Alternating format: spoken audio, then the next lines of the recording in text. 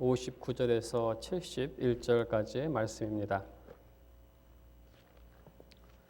요한복음 6장 59절에서 71절까지의 말씀을 제가 봉독하고 70절과 71절은 함께 읽겠습니다. 요한복음 6장 59절에서 71절에 기록된 하나님의 말씀입니다. 이 말씀은 예수께서 가버나움 회당에서 가르치실 때에 하셨느니라. 제자 중 여럿이 듣고 말하되 이 말씀은 어렵도다. 누가 들을 수 있느냐 한데 예수께서 스스로 제자들이 이 말씀에 대하여 수군거리는 줄 아시고 이르시되 이 말이 너희에게 걸림이 되느냐? 그러면 너희는 인자가 이전에 있던 곳으로 올라가는 것을 본다면 어떻게 하겠느냐? 살리는 것은 영이니 육은 무익하니라. 내가 너희에게 이른 말은 영이요 생명이라. 그러나 너희 중에 믿지 아니하는 자들이 있느니라 하시니 이는 예수께서 믿지 아니한 자들이 누구며 자기를 팔 자가 누구인지 처음부터 아심이로라. 또 이르시되 그러므로 전에 너희에게 말하기를 내 아버지께서 오게 하여 주지 아니하시면 누구든지 내게 올 수 없다 하였노라 하시니라. 그때부터 그의 제자 중에서 많은 사람이 떠나고 다시 그와 함께 다니지 아니하더라. 예수께서 12 제자에게 이르시되 너희도 가려느냐? 시몬 베드로가 대답하되 주여 영생의 말씀이 주께 있사오니 우리가 누구에게로 가오리이까? 우리가 주는 하나님의 거룩하신 자이신 줄 믿고 알았사옵나이다. 함께 읽겠습니다. 예수께서 대답하시되 내가 너희 12를 택하지 아니하였느냐? 그러나 너희 중에 한 사람은 마귀니라 하시니 이 말씀은 가룟 시몬의 아들 유다를 가리키심이라. 그는 12 중에 하나로 예수를 팔 자로라. 아멘.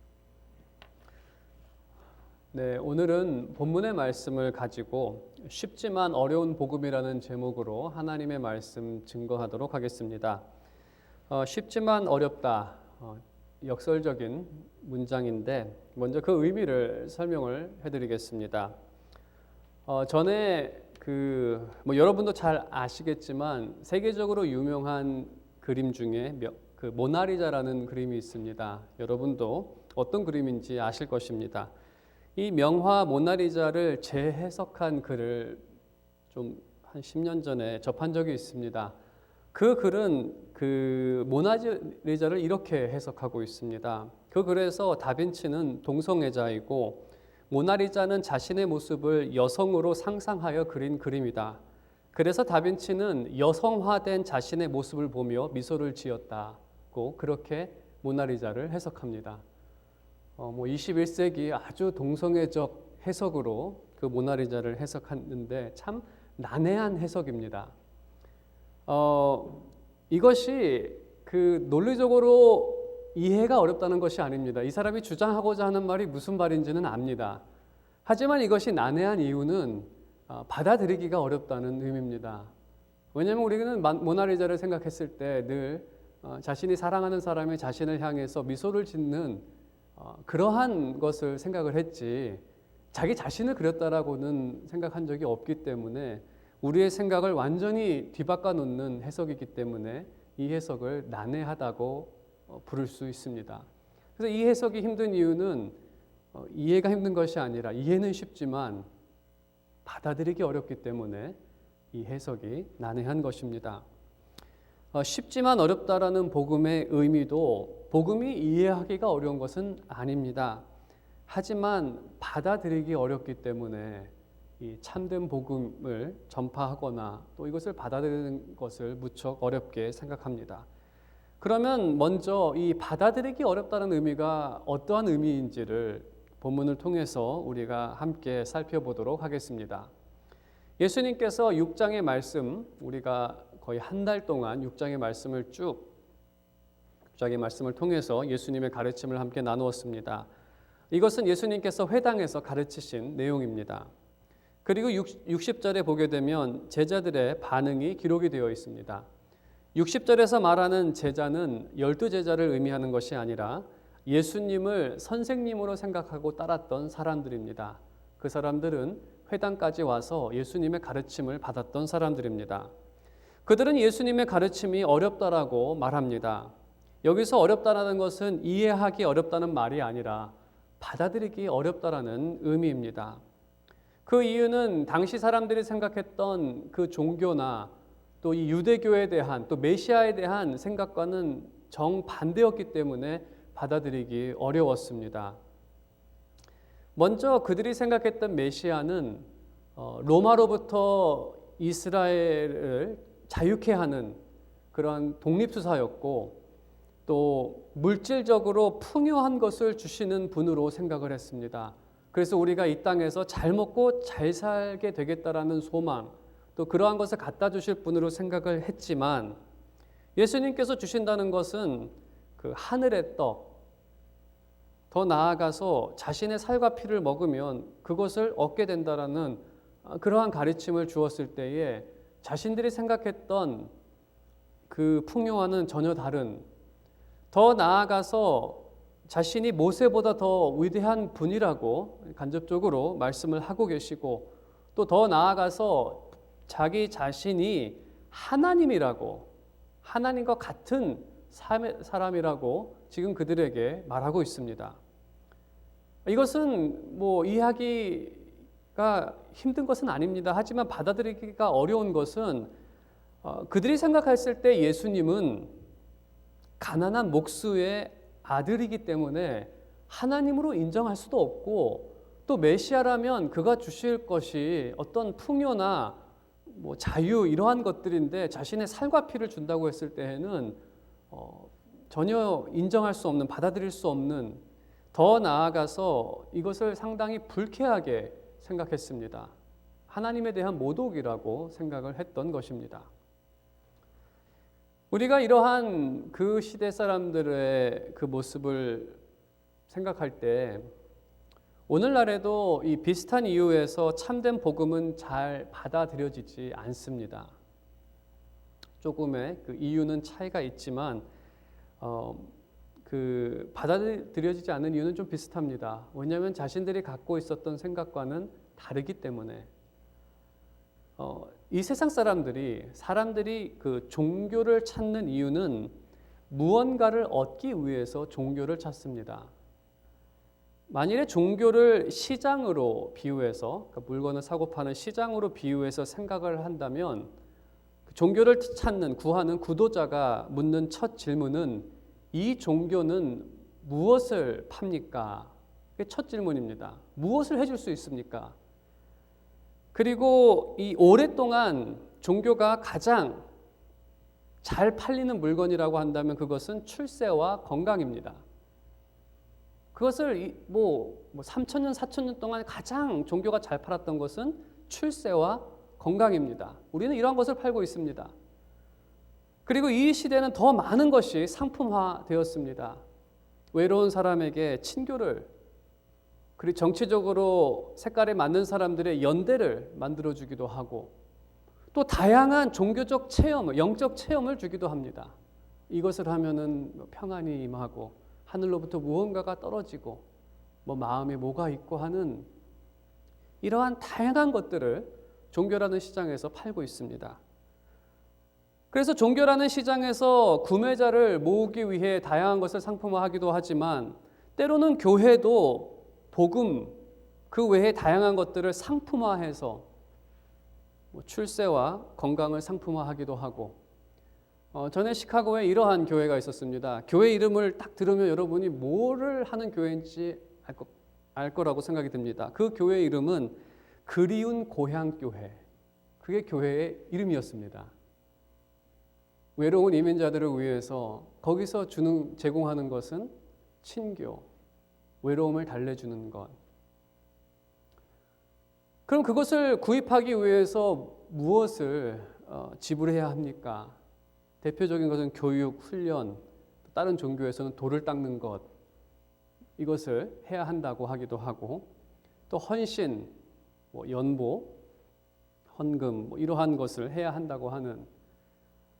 그래서 종교를 돈 벌기 위한 수단으로 사용하는 사람들은 다양한 상품들을 개발합니다. 때로는 간증자를 내세워서 자신이 이러한 것을 헌신했더니 이러한 것을 얻게 되었다라고 마치 TV 광고처럼 이야기를 합니다. 그래서 당신도 이러한 것을 지불하면 이러한 것을 얻을 수 있다라고 그렇게 광고를 합니다. 이러한 것은 이것이 이제 사람들이 생각하는 종교입니다. 어떠한 종교가 그것을 더 잘 줄 수가 있을까? 어떠한 방법이 그것을 얻어낼 수 있는 방법이 될 수 있을까? 그 이야기에서는 공양미 300석이 그것을 갖다 준다라고 얘기하기도 하고, 또 1000번 절을 하는 게 그거를 갖다 주는 거라고 하기도 하고, 다양한 것들을 종교는 말합니다. 하지만 이러한 사람들이 생각하는 하나님은 비인격적일 수밖에 없습니다. 이러한 사람들의 생각에는 하나님은 마치 어떤 시스템, 어떤 기계로 생각을 합니다. 제가 그 자판기로 많이 설명을 해드리는데, 무언가를 넣으면, 주문을 하면 무엇이 나오는, 그래서 하나님이 어떤 인격체가 아니라 비인격체가 될 수밖에 없습니다. 내가 무언가를 넣으면 무언가를 받아내는. 그래서 참된 복음은 세상 사람들이 생각하는 종교와 다르고, 그래서 받아들이기가 힘들다는 것입니다. 사실 복음을 통해서 얻는 것이 무엇이냐? 복음을 통해서 얻는 거, 영생, 다양한 것을 말하지만 그것은 그 2차적인 것이고, 복음을 통해 얻는 핵심적인 한 가지는 하나님과 인격적인 관계를 맺는 것입니다. 그것이 복음을 통해 결과된 어떤 1차적인 것입니다. 하나님과의 관계. 그래서 복음은 하나님과 백성, 또 아버지와 자녀의 관계로 초청하는 것이 복음이라고 우리가 생각할 수 있습니다. 세상에서 인위적으로 인격적인 관계를 맺는 경우는 결혼과 입양입니다. 보통 인격적인 관계는 피해의 관계 가운데에서 형성이 되지만, 인간이 인위적으로 어떤 시스템을 통해서 두 사람의 관계를 맺어주는 것은 입양이라는 제도가 있고, 또 결혼이라는 것이 있습니다. 남녀, 또 입양. 만일에 입양할 때를 가정해서 이러한 예를 한번 들어보겠습니다. 만일 입양할 때 그 양 부모가 될 사람이 이런 조건을 제시했다라고 한번 가정해 보겠습니다. 나한테 입양을, 이제 내가 너를 자녀로 삼게 되면 나는 부모로서 너한테 방 한 칸 주고, 날마다 밥 3끼를 주고, 대학교까지 내가 공부를 시켜주겠다. 대신에 너는 내가 대학교 이후에 직장을 갖고 내가 사는 동안의 소득의 10%를 나한테 주라. 이제 입양 조건을 이렇게 내걸었습니다. 이것이 과연 인간적인 관계입니까? 인격적인 관계입니까? 이거는 고용주와 고용인의 어떤 계약입니다. 이것을 가지고 이것은 입양이라고 하지도 않고, 이것은 그냥 계약입니다.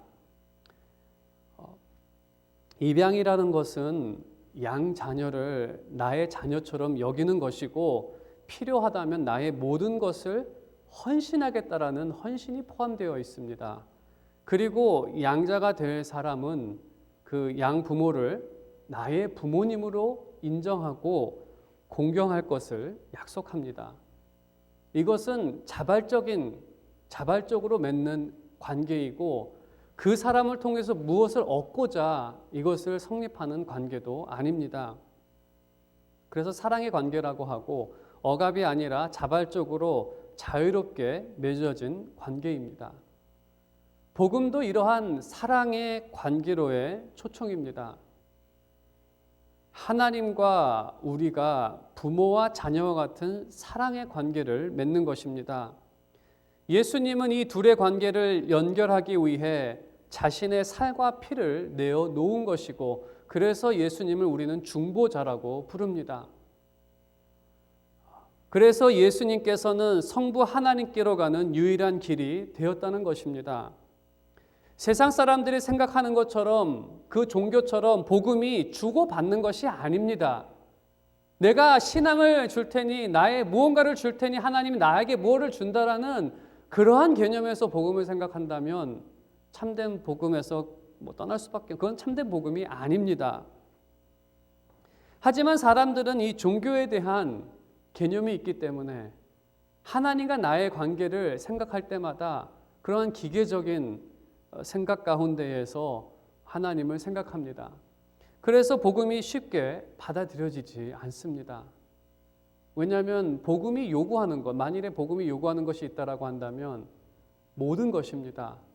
그 모든 것에 하나님은 이미 모든 것을 우리에게 주셨고 우리에게 요구되는 것 또한 모든 것입니다. 나와 동행하자는 것이고 함께 하자는 것이고 모든 것을 공유하자는 것입니다. 이제 이 복음을 어렵다라고 말하는 제자들의 마음을 아시는 예수님께서 이러한 말씀을 하십니다. 62절에 이 말이 너희에게 걸림이 되느냐? 62절 그러면 너희는 인자가 이전에 있던 곳으로 올라가는 것을 본다면 어떻게 하겠느냐? 이 말씀의 의미는 이전에 있던 것이라고 한다면 이제 하나님의 위치를 말합니다. 내가 하나님의 위치, 내가 너희들 앞에서 하나님의 영광을 나타낸다면 그러면 믿겠느냐라는 말입니다. 뭐 이렇게 해서 믿지 못하니까 그렇게 하면 믿겠느냐. 여기서 좀 요한복음 전체에서 좀 난해한 문장 중에 하나가 이 올라간다는 것입니다. 올라간다는 것이 어느 구절에서는 예수 그리스도께서 십자가에 올리심을 얘기할 때도 있고 또 부활과 승천을 이야기할 때도 있습니다.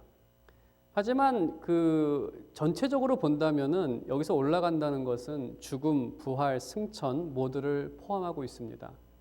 특히 죽음을 우리가 생각할 수 있습니다. 십자가의 죽음은 가장 역설적인 모습 중에 하나입니다. 하나님이 죽었다. 이거는 좀 역설적인 모습이죠. 생명의 근원인 하나님께서 십자가에서 돌아가셨다. 하지만 십자가에서는 하나님의 영광이 나타납니다. 이 말씀을 이제 좀 설명해 드리겠습니다. 먼저 고린도전서 1장 18절에 보게 되면 사도 바울은 이렇게 십자가에 대해서 말합니다. 십자가의 도가 멸망하는 자들에게는 미련한 것이요 구원을 받는 우리에게는 하나님의 능력이라. 범죄자가 사형 선고를 받아서 사형을 당하는 것이 특별한 능력이 있어서 사형을 당하는 것은 아닙니다. 우리 눈에 봤을 때는 누가 사형을 당하는 것을 가지고 능력이라고 말하는 사람은 없을 것입니다. 그래서 세상 사람들의 눈에 보기에는 십자가가 그냥 미련한 것으로밖에는 보일 수 없는데 사도 바울은 구원받는 우리에게는 하나님의 능력이 나타났다고 말합니다. 그럼 여기서 말하는 능력이 무엇인가? 우리가 하나님의 능력이라고 한다면 하나님의 능력이 우리에게 나타날 때가 언제인가? 이 질문을 묻는다면 어떤 분들은 창조라고 말할 분도 계실 겁니다. 하나님께서 몇 마디 말씀을 하셨는데 그게 막 산들을 만들어내고 온갖 동물들을 만들어냈다. 그거보다 더 큰 능력이 어디 있겠습니까? 그것도 능력입니다. 홍해를 가르신 사건, 능력입니다. 하나님의 영광이 나타났습니다. 나사로를 살리신 죽은 사람을 살린 그 사건도 영광입니다. 하지만 성경은 이 아이러니하게 역설적으로 그 어떠한 것보다도 이것이 다 하나님의 영광을 나타내지만 그 어떠한 것보다도 십자가가 하나님의 영광을 나타냈다고 말합니다. 이 말의 의미는 먼저 고린도전서에서 언급한 것처럼 죽은 죄인을 살리는 능력은 십자가에서 나타났습니다. 우리가 죄사함을 받고 새 생명을 갖게 된 원인은 십자가입니다. 그래서 고린도전서에서 그곳에서 그것이 우리의 하나님의 능력이 되었다고 말합니다. 6장에서도 강조하는 것은 그의 살과 피, 십자가죠. 가리키는 십자가가 생명이 되었다라고 예수님께서 우리에게 가르치고 계십니다. 두 번째로 십자가에서 하나님의 영광이 나타났다는 것은 십자가에서 예수님은 하나님의 진노를 견디셨습니다. 이것은 어떤 인간도 어떤 천사도 견딜 수 없습니다. 보통 사람이라고 한다면 그것을 피하거나 죽기를 자청했을 것입니다. 하지만 예수님께서는 백성을 위해 자발적으로 십자가를 지셨고 하나님의 진노로 인한 모든 형벌을 견디셨습니다. 그 형벌은 단순히 육신적인 형벌이 아니라 하나님의 진노가 그에게 쏟아졌을 때에는 이 육신적, 영혼, 총체적 도저히 누구도 감당할 수 없는 그 진노가 그 예수님께 내려진 것이고 그 진노 아래 있는 그 형벌을 받은 만일 인간이 받는다면 그 인간은 완전히 으깨져 버렸을 것입니다. 하지만 예수님께서 하나님이셨기 때문에 그 진노를 능히 견딜 수 있으셨습니다. 그 다음에 세 번째로 하나님 사랑이 십자가에서만큼 강하게 나타난 적은 없습니다. 십자가를 생각할 때 우리는 영광스러운 하나님의 사랑을 발견하게 됩니다. 그것은 이러한 것과 같습니다. 어머니의 위대함, 어머니가 가장 영광스러울 때 어떠한 모습인가? 우리의 엄마가 명품 가방을 들고 있는 게 가장 영광스러운 모습이 아닙니다. 어머니가 헌신할 때 가장 아름답고 영광스러운 모습으로 나타나지 뭐 겉에 그 다양한 막 반지를 끼고 귀걸이를 하고 명품 가방을 메고 이렇게 해서 영광으로 나타나는 것이 아닙니다. 하나님의 영광, 하나님이 하나님다운 그 모습, 사랑의 성품은 그 어느 때보다도 십자가에서 가장 아름답게 나타납니다. 백성을 위한, 그 자녀를 위한 그 모습. 그래서 십자가를 바라볼 때 그래서 이 완전히 두 가지의 다른 각도가 발생하게 되는 겁니다. 믿는 사람들, 영생이 있는 사람들은 십자가를 바라볼 때 하나님의 영광을 보지만 믿음이 없는 사람들은 십자가는 그냥 추한 억울한 누명을 쓴 사람의 죽음밖에는 보이지 않는 것입니다. 그래서 62절의 질문은 열린 질문입니다. 하나님의 영광을 나타내면 믿겠느냐?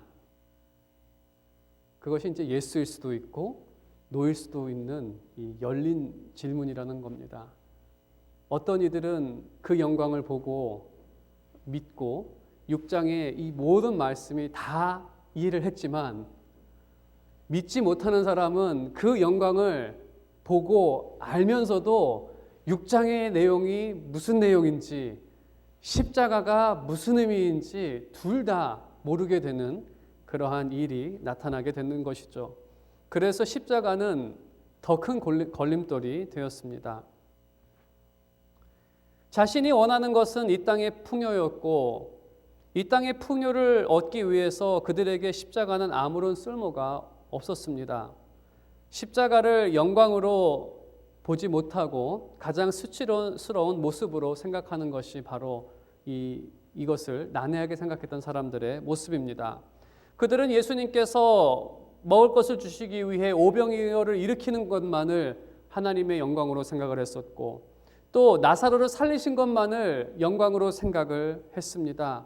물질적으로 풍요한 것을 주실 때만 영광스러운 하나님, 감사의 하나님으로 생각을 했다는 것입니다. 그래서 그들에게 십자가는 받아들일 수 없는 것이고 그 십자가의 참된 의미도 그들은 이해하지 못했던 것입니다. 예수님께서는 그들이 이 십자가, 복음을 받아들이지 못하는 또 다른 이유를 설명하십니다. 좀 더 근본적인 이유인데 그것은 63절에 기록이 되어 있습니다. 살리는 것은 영이니 육은 무익하니라. 내가 너희에게 이른 말은 영이요 생명이라.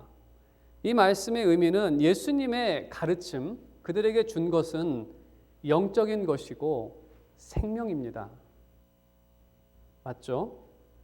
하지만 육은 아무런 소용이 없는 무익한 것이다라고 말합니다. 이 말의 의미는 육으로는 영적이고 이 생명의 가르침을 받을 수 없다는 의미입니다. 그래서 영도 없고 생명도 없는 죄인은 예수님의 말씀을 받아들이지 못합니다. 그들에게 아무리 하늘의 그 놀라운 지혜를, 그 지식을 전달해도 그들은 이것을 받아들이지 못하는, 마태복음에 기록된 것처럼 마치 돼지에게 진주를 갖다 주는 격이 되는 것입니다. 이 고귀한 복음을 그들 앞에는 그 돼지 목에 진주밖에는 되지 않는, 진주 목걸이밖에 되지 않는 가르침이 되고 만 것이죠. 그래서 66절에 기록된 것처럼 많은 사람들이 예수님을 떠나고 다시 돌아오지 않는 것은 당연한 모습입니다. 왜냐하면 인간은 죄인이기 때문에 그들에게 생명이 있거나 영이 있지는 않습니다. 예수님은 이제 많은 제자들이 떠나고 12제자만 남게 되는데 그들에게도 묻습니다. 너희도 가려느냐? 이것은 그들의 믿음을 확인하기 위한 질문입니다. 그리고 베드로는 대답합니다. 68절에 주여 영생의 말씀이 주께 있사오니 우리가 누구에게로 가오리이까? 참된 생명이 주님께만 있는데 누구에게 가오리이까? 그리고 예수님께서 그가 그렇게 고백할 수 있는 것은 예수님께서도 이미 말씀하신 것처럼 65절 그러므로 전에 너희에게 말하기를 내 아버지께서 오게 하여 주지 아니하시면 누구든지 내게 올 수 없다 하셨느니라.